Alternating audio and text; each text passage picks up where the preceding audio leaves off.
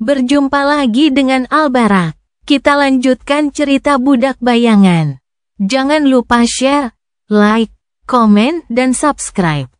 Budak Bayangan bab 1771, Panggilan Tirai.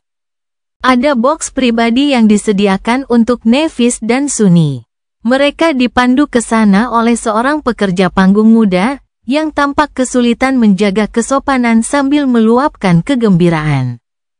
Tidak setiap hari canging star dari klan Immortal Flame mengunjungi teater. Bahkan, Sunny cukup yakin bahwa dia belum pernah berpartisipasi dalam kegiatan sosial semacam ini sebelumnya. Besok pasti akan ada plakat timbul baru yang dipaku di serambi teater. Sesuatu seperti tempat yang sederhana ini telah menikmati perlindungan dari bintang-bintang yang paling cemerlang atau kami bangga telah menjamu yang mulia, Saint Nevis dari api abadi. Hal sederhana seperti itu sudah cukup untuk meningkatkan gengsi teater hingga 2 kali lipat. Aku jadi bertanya-tanya, apakah tempat ini diam-diam disponsori oleh Casey? Kotak itu diperaboti secara mewah, gelap, dan ditinggikan di atas auditorium cukup tinggi sehingga tidak seorang pun dapat melihat apa yang terjadi di dalam. Sunny merasa frustrasi karena jantungnya hampir berdebar kencang. Sambil mendesah, dia melirik ke arah panggung dan duduk.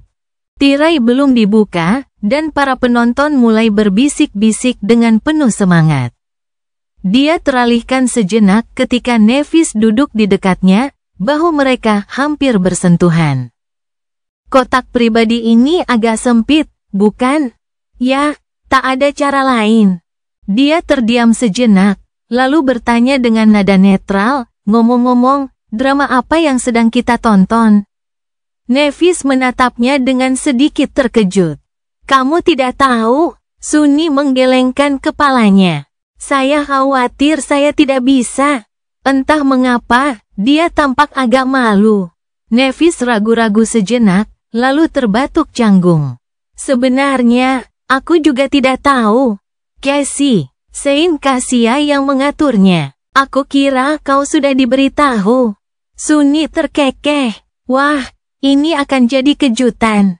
Siapa tahu, kita bisa sangat menikmatinya. Sebenarnya, dia tidak begitu peduli dengan isi lakon itu. Dia ragu dia akan mampu berkonsentrasi pada para aktor, karena Nevis begitu dekat dengannya dalam kegelapan. Tak lama kemudian, lampu meredup dan tirai perlahan ditarik. Penonton menahan napas. Pada saat yang sama, senyum Sunny membeku di bibirnya. Bahkan, dia telah berhenti bernapas sepenuhnya. Ekspresinya perlahan hancur, dan dia hampir tidak bisa menahan erangan tersiksa. Karena tepat pada saat itu, ia melihat judul drama di atas dekorasi.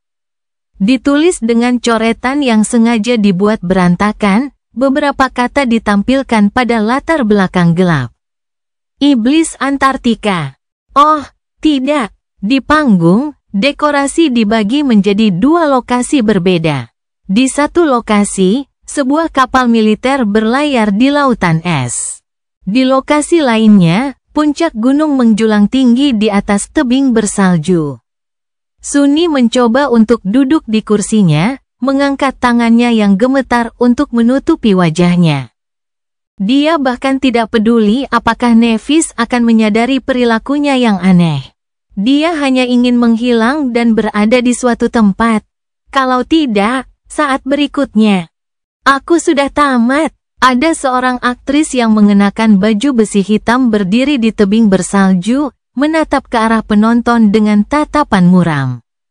Desain baju besinya cukup sederhana, tetapi entah bagaimana berhasil menonjolkan setiap lekuk tubuhnya yang cukup menonjol dengan sangat baik. Rambut pirangnya bergerak sedikit tertiup angin buatan, dan matanya yang biru cerah penuh dengan tekad yang kuat.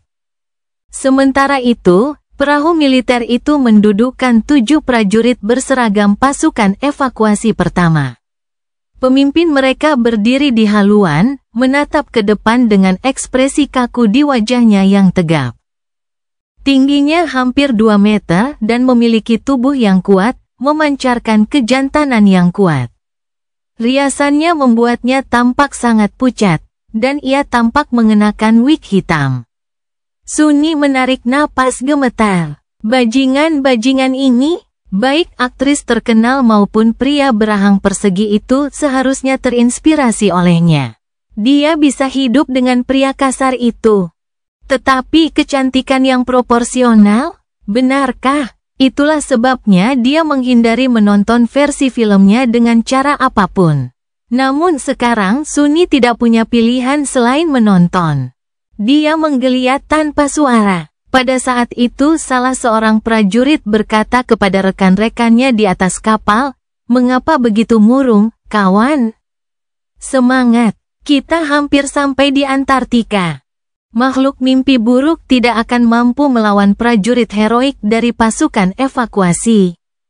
Seketika pemimpin itu memotongnya dengan tatapan tajam dan mengejek. "Sikap yang baik, prajurit. Namun, pesannya salah. Jangan meremehkan musuh. Pahlawan tidak akan memenangkan perang ini, jadi, jangan mencoba menjadi pahlawan." Dia menyeringai gelap dan menambahkan dengan suara serak. Suaranya yang serak dengan mudah menarik perhatian hadirin, "Jadilah monster. Jadilah iblis. Itulah caramu bertahan hidup." Sunni menggigil, mengetahui bahwa ia akan menjalani beberapa jam yang sangat panjang. Drama ini mengikuti 2 ascendet. Salah satunya adalah seorang anti-hero yang hanya dikenal sebagai kapten, yang memimpin konvoi pengungsi dalam perjalanan penuh gejolak melintasi pusat Antartika. Ia memiliki pesona jahat dan kepribadian sinis, tetapi juga menunjukkan sejumlah keberanian dan tekad yang mengejutkan. Menyembunyikan hati yang penuh kasih di balik topeng seorang fatalis yang kecewa. Yang satunya adalah seorang prajurit wanita misterius yang bergabung dengan pasukan pada tahap awal kampanye, memperlihatkan kekuatan yang menakjubkan dan keberanian yang tak tergoyahkan. Dia menyendiri, tetapi mulia dan tidak mementingkan diri sendiri. Memecah gelombang beberapa pertempuran yang mengerikan sambil menolak untuk mengatakan apapun tentang latar belakang dan kesetiaannya.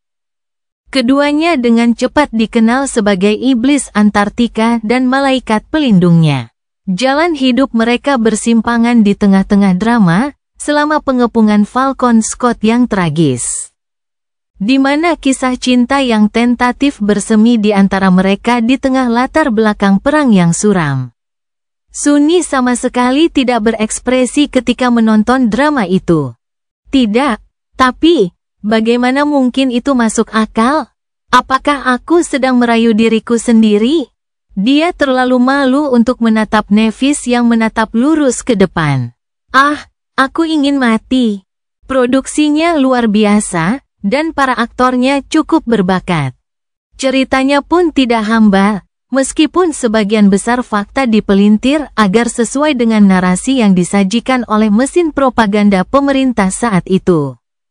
Hanya saja, Sunni ada di sana.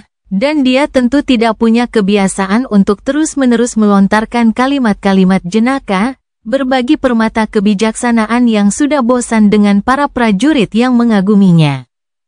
Dan menatap penuh makna ke kejauhan setiap menit. Yang terburuk dari semuanya, ia merasa drama itu akan menjadi hit.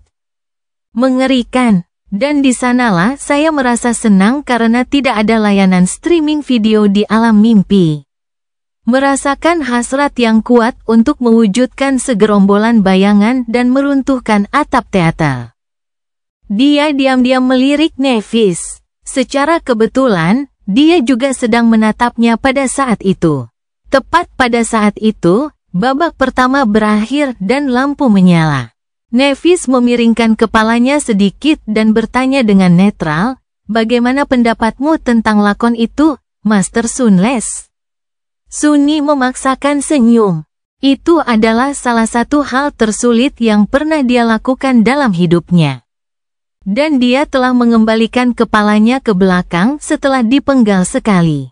Dia terdiam beberapa saat, lalu berkata dengan nada datar, disutradarai dengan baik. Namun, saya bukan penggemarnya. Nevis terkekeh, lalu mendesah. Maaf, aku tidak tahu apa yang dipikirkan Casey, lagi pula, kau juga berpartisipasi dalam kampanye selatan. Pasti tidak mengenakan melihat versi bencana yang kau alami di atas panggung.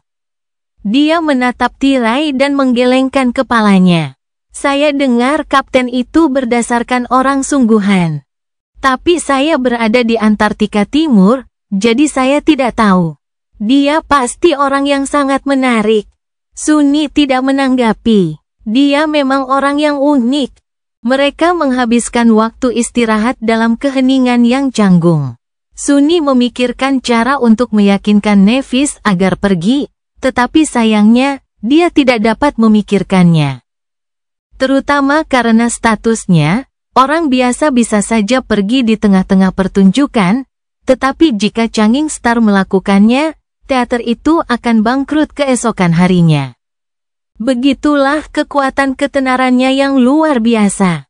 Akhirnya, tibalah waktunya babak kedua dimulai. Saat itulah Nevis berkata dengan tenang, tanpa pernah mengalihkan pandangan dari panggung.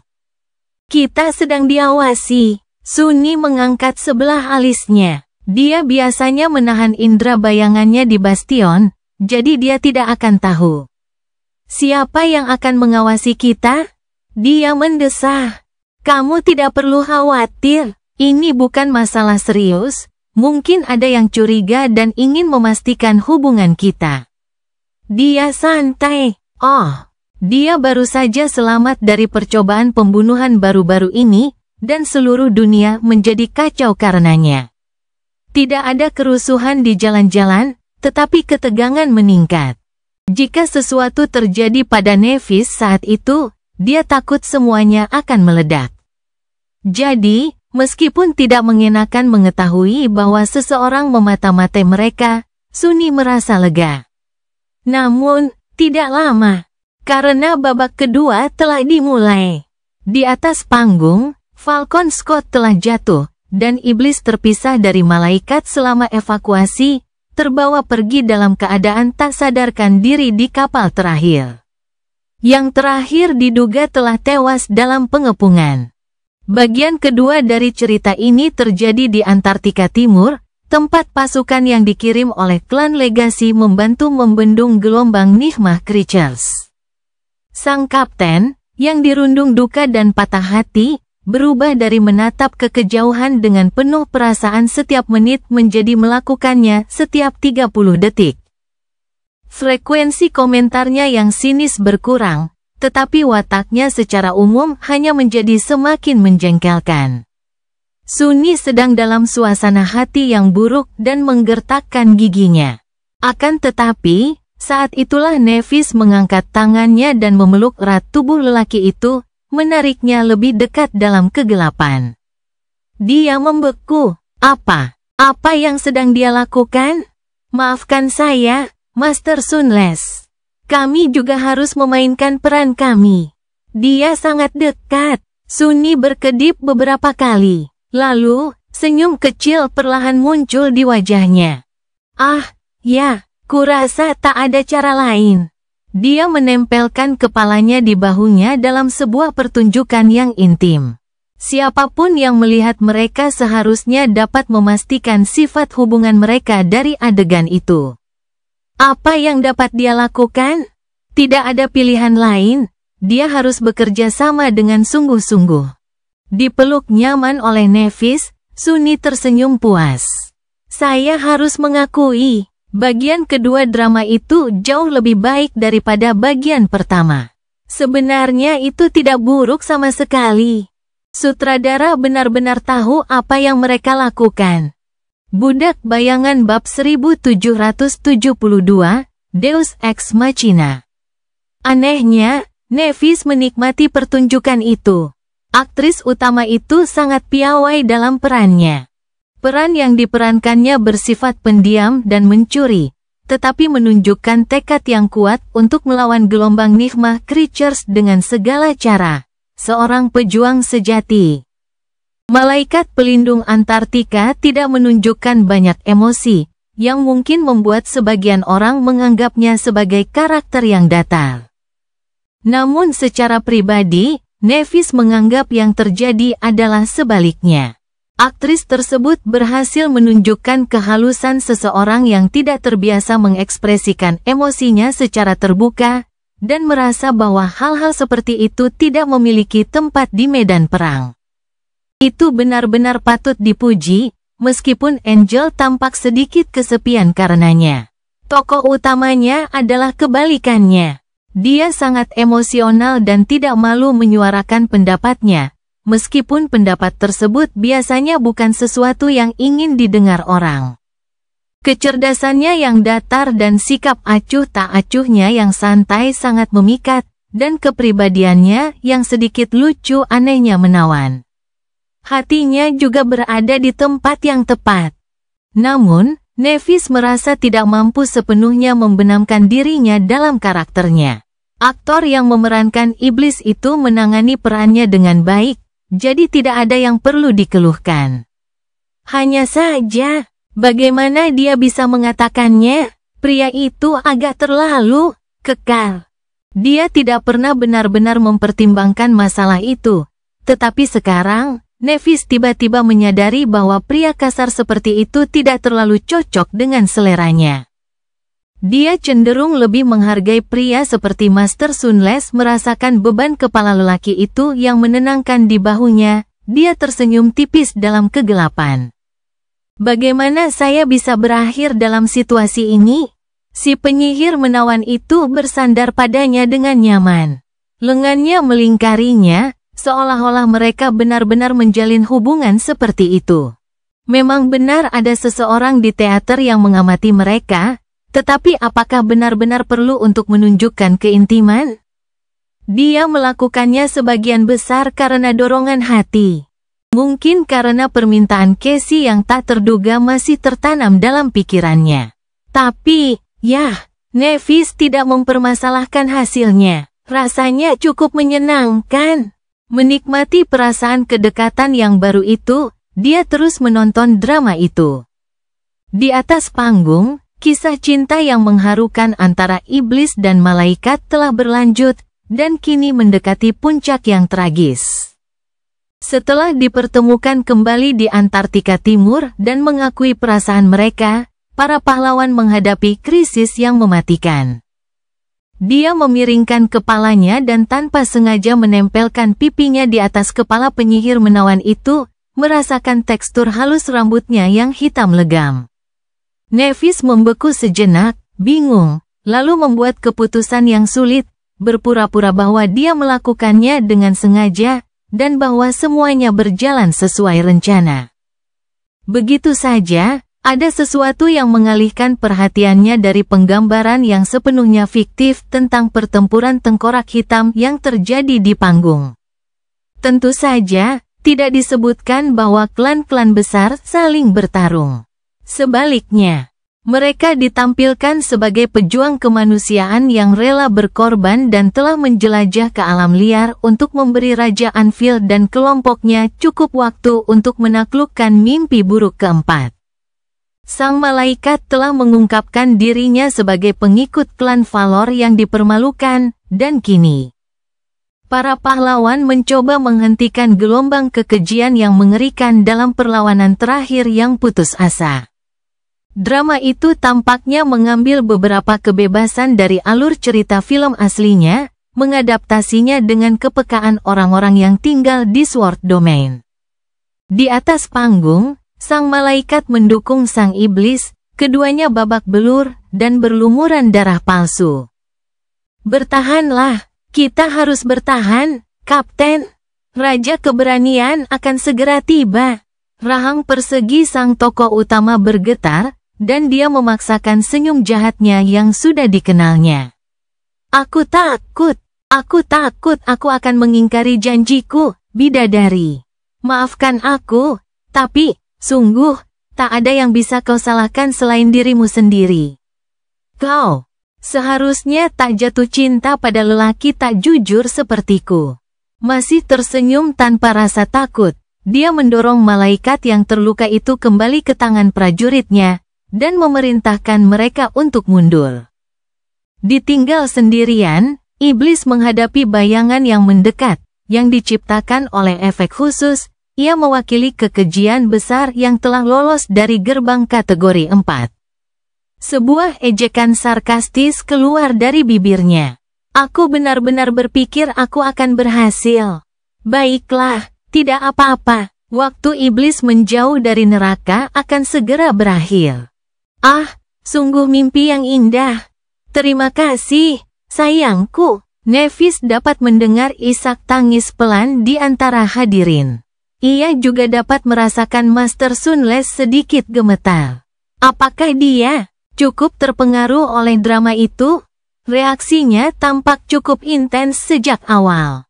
Si penyihir menawan itu ternyata emosional. Dia bertanya-tanya apakah dia tahu kebenaran tentang pertempuran tengkorak hitam.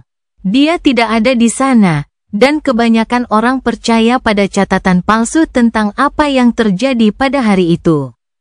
Kenyataannya tidak seromantis itu. Mengetahui apa yang akan terjadi selanjutnya, Nephis mendesah dan tiba-tiba ingin jatuh ke tanah. Apakah masih ada kemungkinan untuk membakar teater? Itu pasti akan mengganggu pertunjukan.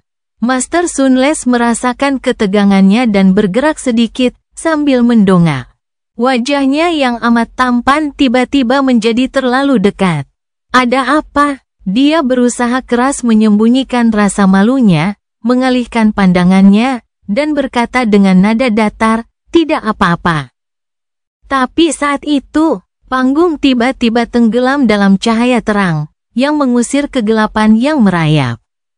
Seorang wanita muda cantik dengan pakaian putih yang sedikit kebesaran untuk bentuk tubuhnya yang besar diturunkan dari atas dengan tali tak terlihat. Entah bagaimana tetap mempertahankan citra anggunnya meskipun ada dua sayap berat yang terikat di punggungnya dengan tali kekang tersembunyi. Dia memegang pedang cemerlang di tangannya, wajahnya merupakan gambaran sempurna dari keberanian yang tercerahkan.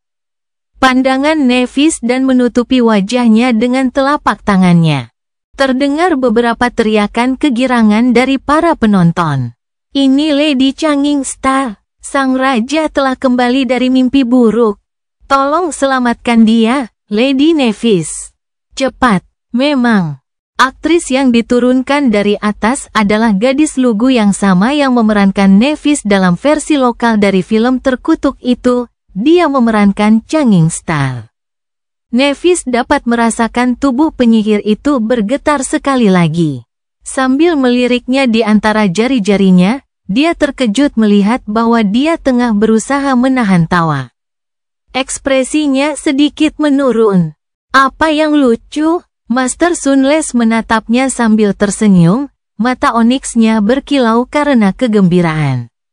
Kemudian, dia menggelengkan kepalanya dengan nada meminta maaf. Tidak, maafkan aku, Lady Nephis.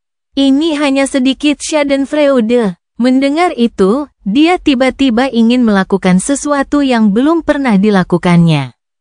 Nephis ingin cemberut.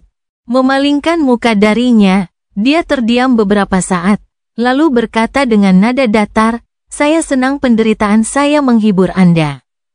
Master Sunless tersentak dan menatapnya dengan sedikit kepanikan di matanya yang bagaikan permata. Nephis berusaha mempertahankan sikap tenangnya, tetapi sudut mulutnya melengkung ke atas bertentangan dengan keinginannya. Dia mendesah dan menutup matanya. Imut-imut, di atas panggung, Changing Star menyelamatkan hari itu. Sang iblis diselamatkan dan dipertemukan kembali dengan sang malaikat, yang telah memimpin bala bantuan Valor ke posisinya. Sang Raja Pedang turun ke Antartika. Membasmi makhluk mimpi buruk dan memimpin warga sipil ke Sword Domain berkat keberanian dan sikap tidak mementingkan diri sendiri yang ditunjukkan malaikat selama kampanye selatan. Kesalahan masa lalunya diampuni oleh Putri Nephis, dan ia diangkat kembali sebagai ksatria keberanian. Sang iblis juga diberi gelar kebangsawanan oleh sang putri yang cemerlang, dan mereka berdua menjadi pendukung setia keluarga kerajaan. Itu adalah akhir yang bahagia. Tirai diturunkan, dan lampu pun menyala. Para aktor kembali ke panggung untuk membungkuk dan disambut dengan tepuk tangan meriah. Tentu saja mereka semua tidak dapat menahan diri untuk tidak melirik sekilas ke kotak pribadi itu. Nevis mendesah, lalu berdiri dengan senyum yang ramah dan bertepuk tangan beberapa kali. Melihat itu, mata para aktor berbinar dan penonton pun bersorak dengan tepuk tangan yang lebih riuh. Master Sunles menatapnya sambil tersenyum geli, lalu bertanya dengan tenang, "Saya kira Anda menyukai drama itu, Lady Nevis." Nevis bertahan sebentar. Apa yang seharusnya dia katakan? Bahwa dramanya bagus, tetapi dia benar-benar menikmati pengalaman saat dia menyandarkan kepalanya di bahunya saat dia memeluknya dalam kegelapan. Dia berdeham, itu adalah penampilan yang bagus. Namun, saya tidak yakin Anda akan mengerti, tetapi sungguh tidak mengenakan melihat seseorang mempermainkan Anda di atas panggung. Master Sunles menatapnya diam-diam selama beberapa saat. Kemudian, dia melihat ke bawah dengan ekspresi aneh dan berkata dengan nada netral, "Ya. Kurasa hal seperti itu akan sulit dipahami." Nevis tersenyum tipis. Setidaknya Casey masih cukup tenang untuk tidak mengirim kami menonton lagu cahaya dan kegelapan. Bagaimana perasaan kekasih palsunya saat menonton drama tentang hubungan fiktif antara dirinya dan seorang pria lain? Itu pasti akan menjadi bencana. Budak Bayangan bab 1773, palsukan. Sunni dipenuhi dengan kebencian yang mendalam saat pertunjukan dimulai, tetapi di akhir pertunjukan, dia dalam suasana hati yang sangat baik. Menyaksikan Nevis menari dengan pedangnya, mentraktirnya piknik, berjalan-jalan santai sambil bergandengan tangan, dan menikmati drama romantis bersama. Hari itu berjalan dengan sangat baik. Sayangnya, kebersamaan mereka akan segera berakhir. Yang tersisa dalam jadwal hanyalah makan malam di restoran mewah. Setelah itu, Nevis akan menghilang selama beberapa hari atau seminggu, sibuk dengan semua tanggung jawabnya yang lain. Jadi, dia harus memanfaatkan janji makan malam ini sebaik-baiknya. Saya akan mengambil kesempatan untuk merebut kompetisi. Namun, Sunni tahu bahwa dia sedang membodohi dirinya sendiri. Sebenarnya, Brilliant Emporium bahkan tidak dapat dianggap sebagai pesaing restoran mewah itu. Kafenya adalah tempat di mana orang-orang dapat menikmati makanan lezat, tetapi relatif sederhana dalam suasana yang nyaman. Namun, tempat yang mereka masuki saat ini adalah tempat para warga Bastion yang kaya datang untuk menghabiskan uang dan menunjukkan status di lingkungan yang indah. Ia merasa cenderung meremehkan kemewahan seperti itu, tetapi ternyata dirinya tidak mampu melakukan itu setelah dipandu ke bilik pribadi oleh seorang pelayan yang amat hormat. Membandingkan pakaiannya yang tak bernoda dan sopan santunnya yang tak bercacat dengan pemuda itu dengan bagaimana Aiko biasanya bersikap, Sunni tiba-tiba tidak yakin dengan penilaiannya. Mungkin orang-orang kaya ini benar-benar menemukan sesuatu. Namun, dia lebih kaya dari mereka semua jika digabungkan. Sunni tidak pernah memamerkan kekayaannya, tetapi akan sulit untuk tetap miskin setelah memburu makhluk mimpi buruk besar selama bertahun-tahun. Dan karena dia tidak benar-benar memiliki pengeluaran seperti kebutuhan untuk mempertahankan klan, dia mungkin orang terkaya di Bastion, kedua setelah Raja Pedang sendiri. Jadi, secara logika, Brilliant Emporium lah yang menetapkan standar kemewahan. Semua orang hanya bisa berharap untuk meniru gayanya yang unik. Tetap, tangan Sunni gemetar ketika dia duduk dan melihat piring besar dan kosong di depannya. Pelat pengisi daya ceh-ceh. Betapa mewahnya, dan terbuat dari apa? Apakah itu Porselen Aegis yang terkenal? Porselen itu hanya dapat dibuat dari tanah liat mistis yang ditemukan di wilayah terpencil Sword Domain. Resep pastinya dirahasiakan oleh para perajin yang dipekerjakan oleh legasi klan yang memimpin wilayah tersebut. Taplak meja terbuat dari sutra yang indah. Peralatannya terbuat dari perak murni. Meja itu sendiri, sialan, dia mengenali kayu itu. Itu adalah kayu titan, sama seperti kafetaria instruktur di akademi. Setidaknya kursinya, dalam segala hal, lebih rendah dari kursi bayangan. Kalau tidak, Sunny pasti akan sangat kecewa. Nevis duduk di hadapannya dan tersenyum. Saya ragu mereka akan menyajikan sesuatu yang seenak yang Anda buat, Master Sunless. Namun, cobalah untuk menikmatinya. Sunny menatapnya dengan rasa terima kasih, tiba-tiba merasa jauh lebih baik. Benar, siapa yang peduli dengan betapa mewahnya piring, peralatan makan, dan perabotan? Yang penting adalah makanannya. Memperhatikan bentuk daripada isi adalah hal yang konyol untuk dilakukan, seperti menilai prosa yang berbunga-bunga daripada cerita yang menarik. Sunny mungkin bertindak seperti orang bodoh pada saat-saat tertentu, tetapi setidaknya dia tidak sesat. Dia menatap Nevis dalam diam sementara pelayan menuangkan anggur harum ke gelas mereka, terpesona oleh kecantikannya yang luar biasa. Cahaya lampu gantung ajaib terpantul dari rambut peraknya, dan wajahnya yang cantik bersinar lembut. Privasi bilik mewah itu menciptakan suasana yang akrab. Saat itulah tiba-tiba terlintas sebuah pikiran di benaknya dan ia merasa seakan-akan seseorang telah menyiramnya dengan air dingin. Sunny mengalihkan pandangan dan menundukkan kepalanya sedikit. Perang sudah dekat. Itu berarti dia harus segera memberitahu Nevis kebenarannya. Tidak akan banyak hari seperti ini di masa mendatang. Malah, mungkin tidak akan ada sama sekali. Dia merasakan kesedihan mendalam. Ketika pelayan itu pergi, Nevis menyesap anggurnya dan bersandar. Dia terdiam beberapa saat, lalu bertanya dengan nada khawatir dalam suaranya, "Maafkan aku karena membuatmu merasa tidak nyaman sebelumnya, Master Sunless. Karena topik drama itu, dan, ya, tindakanku juga." Sunny menatapnya dengan heran. "Tersinggung?" "Tidak, saya tidak tersinggung." Nevis tersenyum. Itu melegakan. Dia meletakkan gelas anggur itu kembali ke atas meja. Meja itu dimaksudkan untuk makan berdua, jadi ukurannya tidak terlalu besar. Tangannya tetap berada di taplak meja putih, cukup dekat sehingga Sunny bisa meraih dan memegangnya. Tentu saja, dia tidak melakukan hal seperti itu, dan hanya menatapnya dalam diam. Nevis tiba-tiba bertanya, suaranya netral, "Apa yang biasanya dibicarakan orang dalam situasi seperti itu?" Dia mengangkat sebelah alisnya. "Situasi seperti itu?"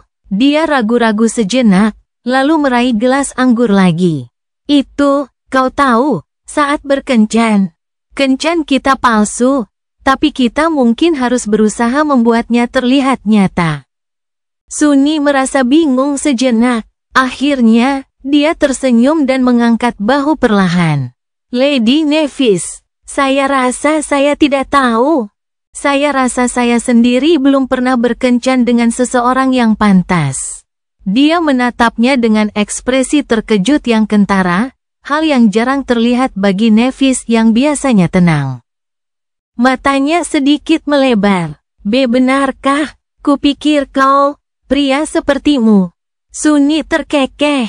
"Aku tidak yakin menurutmu aku ini tipe pria seperti apa, tapi kesanmu tentangku mungkin salah." Faktanya, dia ragu sejenak, lalu menambahkan dengan penuh kerinduan, "Itu sudah pasti." Sunny menyesap anggur dan berkata dengan nada netral, "Yah. Saya berasumsi bahwa orang-orang membicarakan hal-hal umum yang harus diketahui seseorang tentang calon pasangan, baik yang romantis maupun tidak. Anda tahu, latar belakang, pandangan, aspirasi. Siapa mereka? Apa yang mereka inginkan? Hal-hal seperti itu. Nevis mengamati wajahnya sejenak, lalu mengangguk. Kalau begitu, mari kita lakukan itu. Drama tadi. Aku takut kau akan merasa tidak nyaman karena pengalamanmu di Antartika. Apa sebabnya aku? Sebenarnya, tidak usah dipikirkan. Yang ingin kukatakan adalah aku tidak begitu tahu banyak tentang apa yang kau alami di sana, Master Sunles. Apakah kau bagian dari pasukan evakuasi kedua? Atau pasukan lokal? Dia tersenyum dan menggelengkan kepalanya ringan. Sebenarnya, pasukan evakuasi pertama. Dia tampak terkejut. Kemudian, pasukan evakuasi kedua sebagian besar terdiri dari sukarelawan, sementara para Awaken lokal tidak punya pilihan selain bergabung dengan kampanye selatan. Namun, anggota pasukan pertama semuanya berasal dari pasukan inti pemerintah. Sunni terkekeh.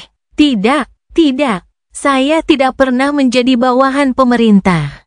Hanya saja saya punya teman di rantai komando, dan diundang untuk bergabung dalam upaya tersebut sebelum berita itu tersiar. Agak memalukan untuk mengakuinya, tetapi saya mengamuk saat itu dan menerima undangan itu karena alasan yang cukup kekanak-kanakan. Nevis menatapnya dengan saksama, seolah mencoba membayangkan dia mengamuk dalam benaknya.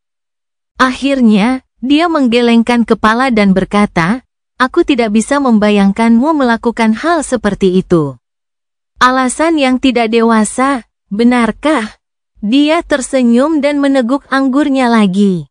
Ya, itu lebih karena ingin menyakiti hati seseorang, reaksi yang sangat kekanak-kanakan, kalau dipikir-pikir lagi. Yah, tentu saja ada alasan lain, beberapa lebih baik daripada yang lain. Kau tahu, menemukan keyakinan, mengejar kekuatan. Itu semua tampak sangat penting sebelum rantai mimpi buruk dimulai, dan sangat tidak berarti segera setelahnya. Pada saat itu, pelayan datang untuk menyajikan hidangan pertama. Sunni menatap hidangan pembuka yang rumit itu sebentar, tetapi dia benar-benar tidak berselera lagi. Melihat ke arah Nevis, dia berkata, menurutku agak tidak adil bagimu untuk membicarakan latar belakang, pandangan, dan aspirasi dengan seseorang, Lady Nevis. Pasti akan berat sebelah. Lagi pula, kau sangat terkenal, semua orang tahu hal-hal ini tentangmu. Pelayan itu pergi, dia pun mengabaikan makanannya, menyesap anggur dalam diam. Lalu dia meletakkan gelasnya dan tersenyum tipis. Kamu, di antara semua orang, seharusnya tahu bahwa apa yang dikatakan orang tentangku dan apa yang benar itu tidak sama, Tuan Sunles. Lagi pula, salah satu hal yang mereka katakan adalah bahwa aku menuruti kemauanmu karena kita adalah sepasang kekasih. Dia tertawa pelan. Memang. Sunni ragu-ragu sejenak, lalu bertanya dengan nada yang menyenangkan, kalau begitu, izinkan saya bertanya sesuatu. Apa aspirasi Anda, Lady Nevis? Apa yang Anda inginkan? Dia mempertimbangkan kata-katanya dan menjawab dengan mengangkat bahu acuh tak acuh, kurasa itu bukan hal yang tidak terduga. Jaga agar prajuritku tetap hidup, lindungi Sword Domain. Saksikan kota-kota seperti Bastion berkembang pesat. Sunni menggoyangkan gelasnya sedikit, memperhatikan cahaya yang terpantul dari anggur merah. Dia bukan satu-satunya yang menyembunyikan kebenaran. Bohong. Itu semua bohong. Dia tidak mengatakan kebenaran, dan Nevis pun tidak jujur. Kencan mereka benar-benar palsu. Karena dia tidak mengatakan apapun, dia maju dan bertanya, bagaimana denganmu, Master Sunles? Apa yang kau inginkan? Sunni mengalihkan pandangannya dan menatap tangannya sekali lagi. Ada sedikit kerinduan yang mendalam di matanya yang gelap. Dia tidak berbicara sampai rasa sakit dari cacat itu membuatnya mustahil untuk tetap diam. Persetan dengan itu. Sambil mendongak ke arah Nefis, Suni terdiam sejenak, lalu tersenyum tipis. Aku mendapati diriku berharap kencan kita bukan kencan palsu. Aku ingin kencan itu nyata. Apakah itu terlalu berlebihan? Budak Bayangan bab 1774, sampai kamu berhasil. Suni terus terang mengungkapkan perasaannya yang sebenarnya tanpa memikirkan konsekuensinya. Yang mungkin cukup menyakitkan, entah bagaimana caranya. Tetapi, sungguh, dia tidak punya banyak hal yang bisa hilang. Nefis tidak langsung bereaksi. Wajahnya tetap tenang dan tanpa ekspresi. Setelah beberapa saat, dia berkata dengan tenang, tidak. Suni mendesah dan bersandar. Apa yang sedang dia lakukan? Cassie benar. Dengan merahasiakan identitas aslinya dari Nefis, dia benar-benar tidak adil. Hubungan seperti apa yang ingin dia bangun di atas dasar tipu daya? Dan itulah yang dilakukannya, menipunya. Namun, meskipun begitu, Cassie juga salah. Ia ingin menghindari kesulitan yang hanya merupakan akibat dari masalah yang lebih besar dan sama sekali tidak dapat dipecahkan. Karena Suni tidak bisa jujur kepada Nefis. Itu tidak mungkin, karena meskipun dia mengatakan yang sebenarnya, dia akan melupakannya beberapa saat kemudian. Jadi bagaimana jika dia mengaku sebagai penguasa bayangan? Dibandingkan dengan hal-hal lain yang dia sembunyikan darinya, detail itu sama sekali tidak penting. Dia tidak akan pernah tahu bahwa dia telah mencintainya sejak lama, dan bahwa dia telah mencintainya. Bahwa mereka telah menghabiskan waktu bertahun-tahun memikirkan satu sama lain, berjuang berdampingan satu sama lain, dan bertahan hidup dari kengerian mantra mimpi buruk bersama-sama. Bahwa mereka telah bertemu ketika mereka masih muda dan belum berpengalaman, masing-masing menghabiskan masa muda mereka yang penuh gejolak untuk dibentuk oleh yang lain.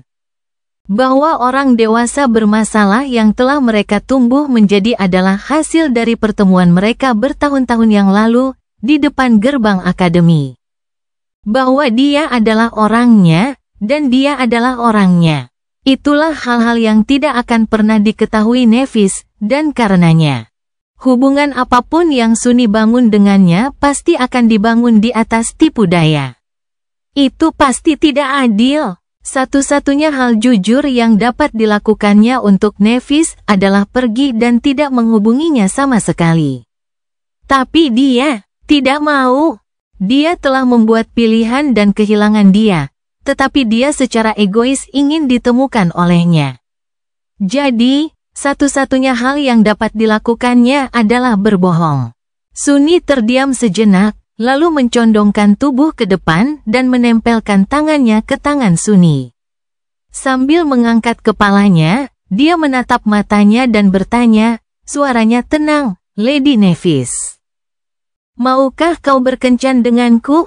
Dia menatapnya tanpa suara. Keheningannya terasa sangat menakutkan, tetapi Suni tidak bisa tidak menyadari sesuatu. Masalahnya adalah dia tidak berusaha menarik kembali tangannya. Ada harapan. Akhirnya, sudut mulut Nef melengkung ke atas. Baiklah, Suni berkedip. Dia belum bisa mencerna jawaban itu. Tanpa bisa menyembunyikan keterkejutannya, dia meremas tangan wanita itu dengan lembut. Hanya seperti itu. Nefis tersenyum dan mengangkat bahu. Kenapa tidak? Aku tidak begitu berpengalaman dalam hal-hal seperti ini, tapi kita berdua sudah dewasa. Kita berdua tahu apa yang kita inginkan. Jadi kenapa tidak? Mengapa dia setuju? Karena dia ingin. Suni menarik napas dalam-dalam, lalu melepaskan tangannya dan bersandar ke belakang. Jantungnya berdebar tak karuan, namun ia dengan kuat menahan rasa gembiranya. Dia terdiam beberapa saat, mengalihkan pandangannya, lalu berkata dengan nada netral, sebenarnya, ada banyak alasan mengapa tidak. Dia melirik makanan yang belum tersentuh, mempertimbangkan kata-katanya selanjutnya dengan saksama, lalu menatapnya lagi. Kali ini, tidak ada senyum di wajahnya. Lady Nevis, sebelum kita melangkah lebih jauh, saya harus mengakui sesuatu. Sebenarnya, saya bukanlah orang yang jujur. Bahkan, saya adalah seorang pembohong yang biasa. Saya menyembunyikan banyak hal dari Anda, dan mungkin tidak akan pernah mengungkapkan rahasia ini. Kepribadian saya yang baik dan tidak berbahaya ini hanyalah kepura-puraan yang saya pakai karena itu mudah. Sebenarnya, saya tidak setidak berbahaya itu. Saya juga tidak terlalu baik. Dia menatapnya diam-diam selama beberapa saat, lalu mengangkat bahu. Aku tahu, mata Sunny sedikit melebar. Kamu tahu, Nevis memperhatikannya beberapa saat dan mendesah. Anda seorang master dan veteran kampanye selatan. Orang seperti Anda tidak mungkin tidak berbahaya, sungguh.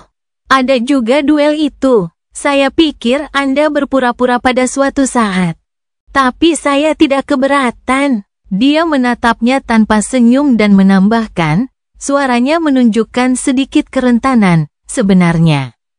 Aku juga bukan orang yang jujur. Aku juga menyimpan banyak rahasia darimu. Sosok pahlawan yang gagah berani dan mulia yang tidak mementingkan diri sendiri yang kau lihat ini hanyalah kedok yang kupakai karena itu mudah. Aku bukanlah seorang bangsawan maupun pahlawan.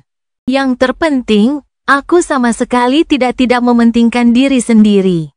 Sebenarnya, aku mungkin orang yang paling egois di dunia. Nevis menunduk dan menambahkan dengan pelan, jadi, aku tidak keberatan. Asal kamu tidak keberatan. Sunny menatapnya dengan bingung. Tapi, aku mungkin tidak akan pernah sepenuhnya jujur padamu. Apakah kamu tidak waspada terhadap pembohong? Dia menatapnya dan tersenyum. Apakah kamu menyimpan dendam rahasia kepadaku? Dia menggelengkan kepalanya tanpa suara. Apakah kamu melayani salah satu musuhku? Sunny menggelengkan kepalanya sekali lagi. Apakah kau berencana mengkhianatiku? Dia mengerutkan kening.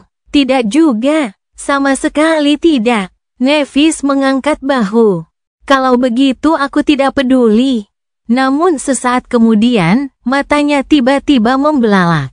Tunggu, kau tidak punya istri dan anak di suatu tempat di luar sana? Kan? Jika kau punya, kurasa itu satu hal yang harus ku ketahui. Sunny tersentak dan menatapnya dengan cemas. Apa? Tidak, aku tidak mau. Nevis tampak santai. Itu, bagus. Kalau begitu, seperti yang kukatakan. Aku tidak peduli. Dia ragu sejenak, lalu menambahkan, setiap orang punya rahasia. Aku juga punya rahasiaku sendiri. Lebih banyak rahasia daripada kebanyakan orang, dan lebih mengerikan juga. Jadi, aku juga harus mengakui sesuatu sebelum kau memutuskan apakah kau ingin melanjutkannya, Master Sunless. Sunny masih sedikit linglung. Pembicaraan ini tidak berjalan sesuai harapannya sama sekali. Semuanya terlalu tidak terduga. Dia menatap Nevis, menenangkan dirinya, dan bertanya dengan tenang, apa itu? Dia menarik napas dalam-dalam. Pertama-tama, mungkin terlalu dini untuk membicarakan hal ini sekarang.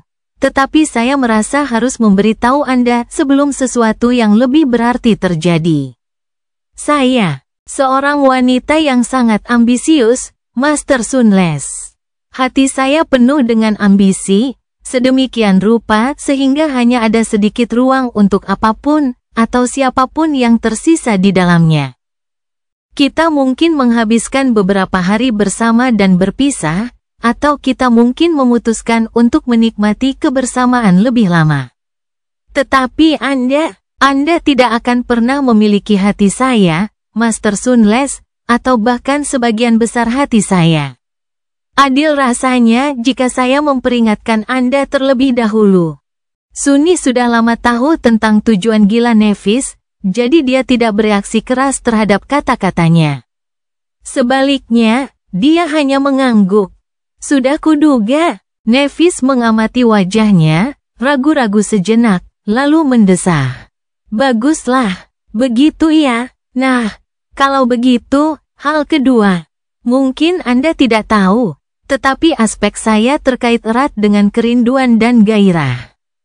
Faktanya, salah satu alasan saya bersedia terlibat dalam hubungan pura-pura ini dengan Anda, pada awalnya, adalah karena saya ingin lebih memahami gairah. Kemudian, saya mendapati diri saya sungguh-sungguh menikmati kebersamaan dengan Anda, jadi, ya, itu bukan inti persoalannya. Yang ingin saya katakan adalah bahwa saya peka terhadap kerinduan, hasrat, dan gairah. Saya dapat memahami apa yang diinginkan orang lain, dan seberapa besar mereka menginginkannya.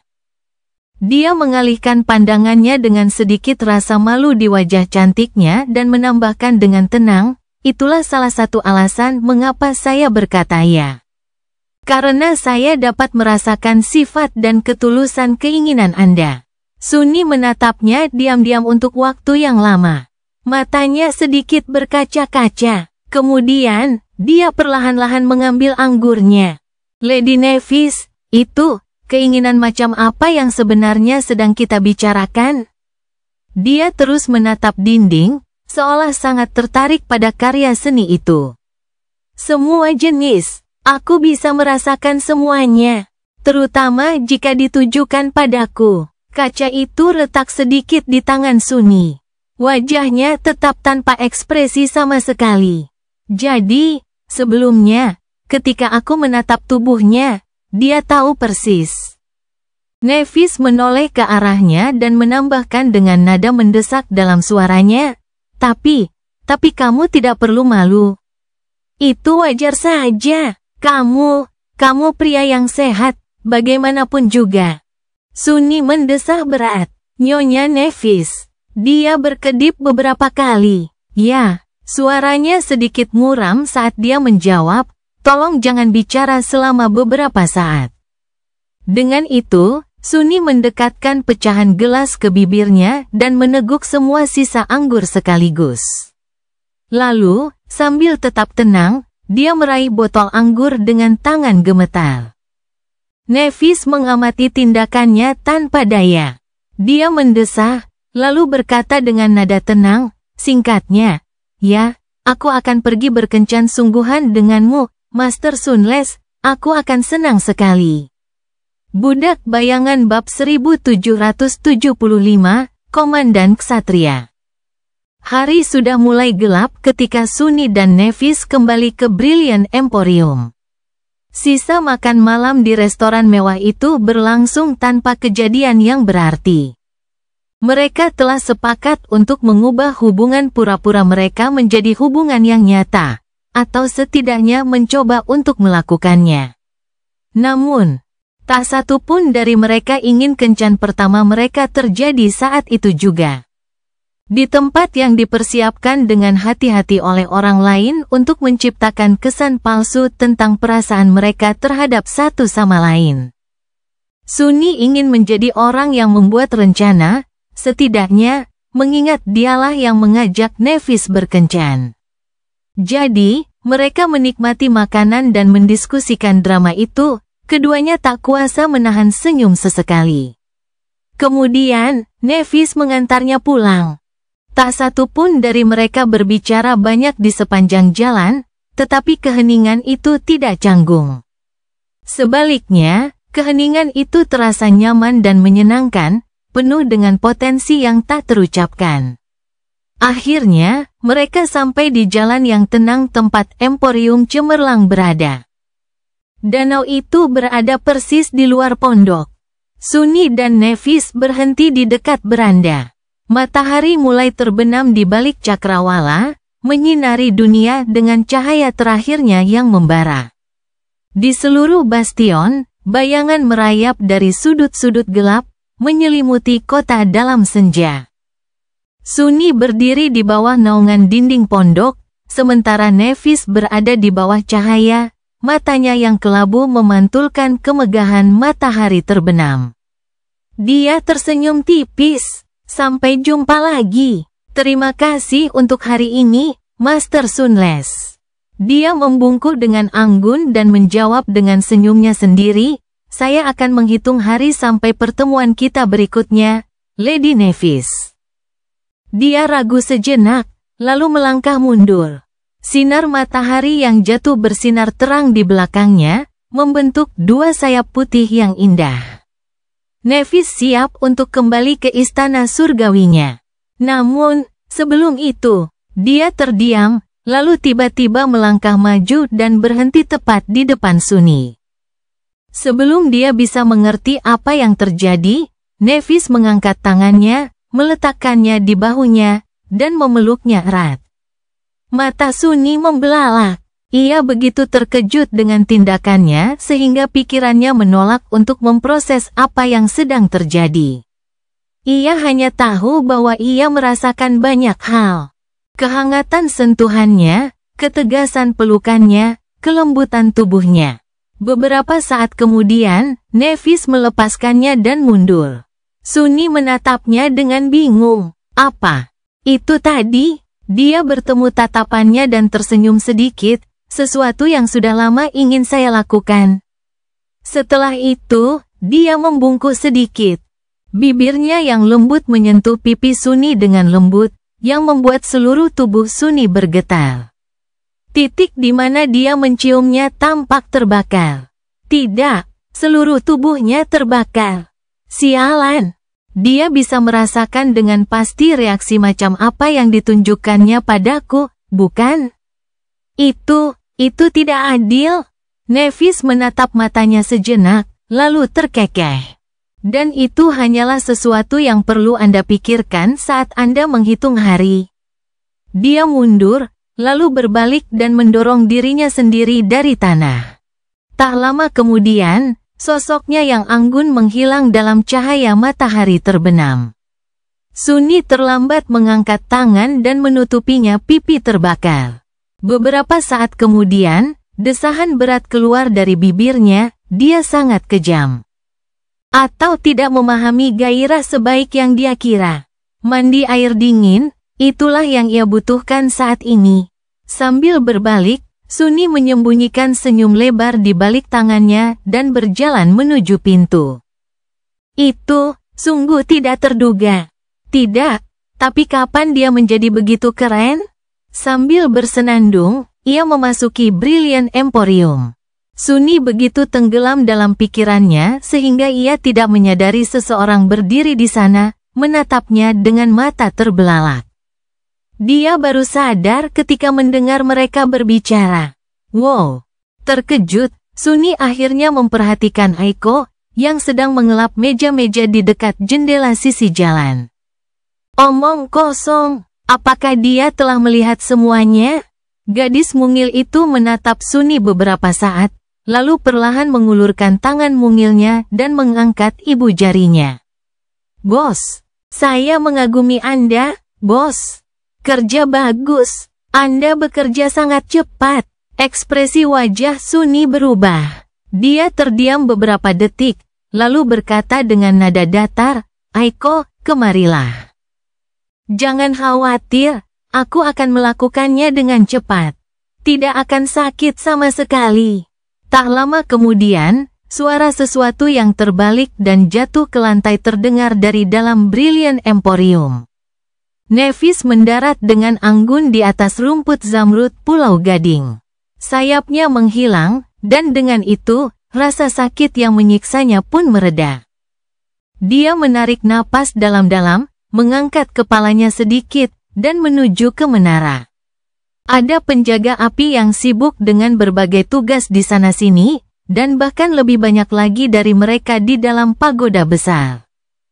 Dia menjawab salam mereka dengan anggukan singkat, wajahnya seperti biasa, tanpa ekspresi, namun tetap percaya diri. Begitu saja, dia sampai di kamar pribadinya di lantai tertinggi Menara Gading, memasukinya, dan menutup pintu di belakangnya. Sesaat kemudian, Nevis menghela napas gemetar, bersandar di pintu, dan menutupi wajahnya dengan kedua tangannya. Pipinya tiba-tiba berubah menjadi merah padam. Ah, apa yang telah kulakukan? Aku gila. Aku benar-benar sudah kehilangan akal. Suaranya penuh siksaan. Dia sedang mengalami gangguan saraf kecil ketika sebuah tangan lembut menepuk pundaknya dengan nada menenangkan. Nevis tersentak dan mendongak, akhirnya menyadari Casey, yang berdiri di sana dengan senyum cerah di wajah halusnya. Senyum itu perlahan berubah menjadi seringai. Jangan terlalu keras pada dirimu sendiri, Nev. Kurasa kau hebat, ya Tuhan. Casey melihat semuanya, bukan? Nevis tiba-tiba merasa malu. Sang peramal buta itu tetap diam selama beberapa saat, lalu menambahkan dengan nada datar yang sudah dikenalnya, dan itu adalah sesuatu yang perlu kamu pikirkan saat kamu menghitung hari. Ah, antreannya panjang, bahkan aku hampir tergoda. Tuan Sunles yang malang pasti telah jatuh ke dalam genangan air begitu kamu pergi. Aku tidak tahu kamu memilikinya. Erangan pelan keluar dari mulut Nev. Ini semua salahmu, dasar wanita jahat. Kalau saja kau tidak berbisik di telingaku, aku tidak akan. Aku akan. Ini tidak akan terjadi seperti ini. Casey meremas bahunya sekali lagi dan tertawa. Apa yang kau salahkan padaku? Kurasa semuanya berjalan baik. Nevis memejamkan matanya. Mengapa aku bereaksi begitu keras? Perang sialan sedang mendekat. Ada hal yang lebih penting untuk dikhawatirkan. Dia senang karena teralihkan dari tanggung jawabnya yang membebani di pagi hari. Siapa yang tahu dia akan sedikit terganggu di malam hari? Ah, aku dalam masalah. Tanpa sepengetahuan Sunny dan Nevis, ada lebih banyak akibat dari tindakan mereka hari itu. Di seberang danau dari Brilliant Emporium, di kedalaman kastil, para tetua klan Valor tengah mengadakan pertemuan strategis. Mereka juga tengah mempersiapkan diri untuk perang. Pada suatu saat, pintu terbuka, dan sebuah laporan singkat diletakkan di depan seorang wanita paruh baya yang anggun. Dia membacanya sebentar dan mendesah. Seorang lelaki tua dengan tatapan tajam dan janggut abu-abu menatapnya dengan tajam. Apa itu? Wanita itu mengerutkan bibirnya. Ada laporan lain tentang Changing Star dan itu, orang Mongrel. Tampaknya gadis itu benar-benar terpikat padanya. Para tetua lainnya semuanya menunjukkan reaksi, sebagian besar memperlihatkan tanda-tanda ketidaksenangan. Orang tua yang tegas itu menggelengkan kepalanya. Itu tidak akan berhasil. Dia tidak harus menawarkan dirinya untuk pernikahan yang strategis, tetapi menghabiskan waktu dengan orang yang tidak penting. Seorang putri Valor tidak dapat terikat dengan orang yang tidak memiliki latar belakang. Ini menyangkut gengsi klan besar kita. Wanita itu mengangkat alisnya. Apa yang kau sarankan agar kita lakukan? Menegurnya, atau menyingkirkan pria itu dari kehidupan kita? Ini masalah yang sensitif. Apakah kau akan bertanggung jawab? Terjadi keheningan panjang di ruangan itu, tidak ada seorang pun yang berani berbicara. Akhirnya, keheningan itu dipecahkan oleh desahan frustrasi. Semua orang menoleh pada seorang wanita muda cantik bermata merah menyala yang duduk di ujung meja.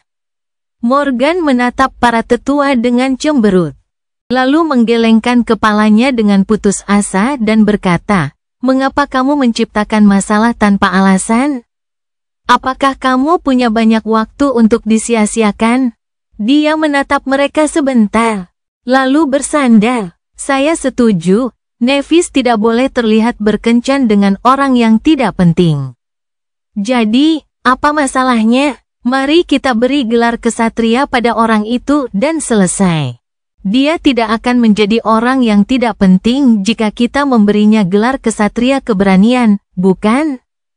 Astaga, kita bahkan bisa menugaskannya untuk memimpin beberapa prajurit." Nah, masalah terpecahkan. Para tetua hanya menatapnya dengan tidak percaya.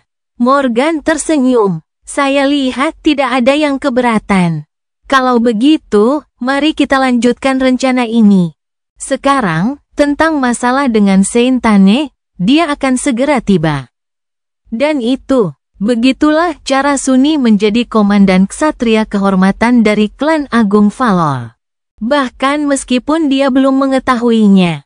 Cerita bersambung. Jangan lupa share, like, komen, dan subscribe. Agar tidak ketinggalan cerita selanjutnya.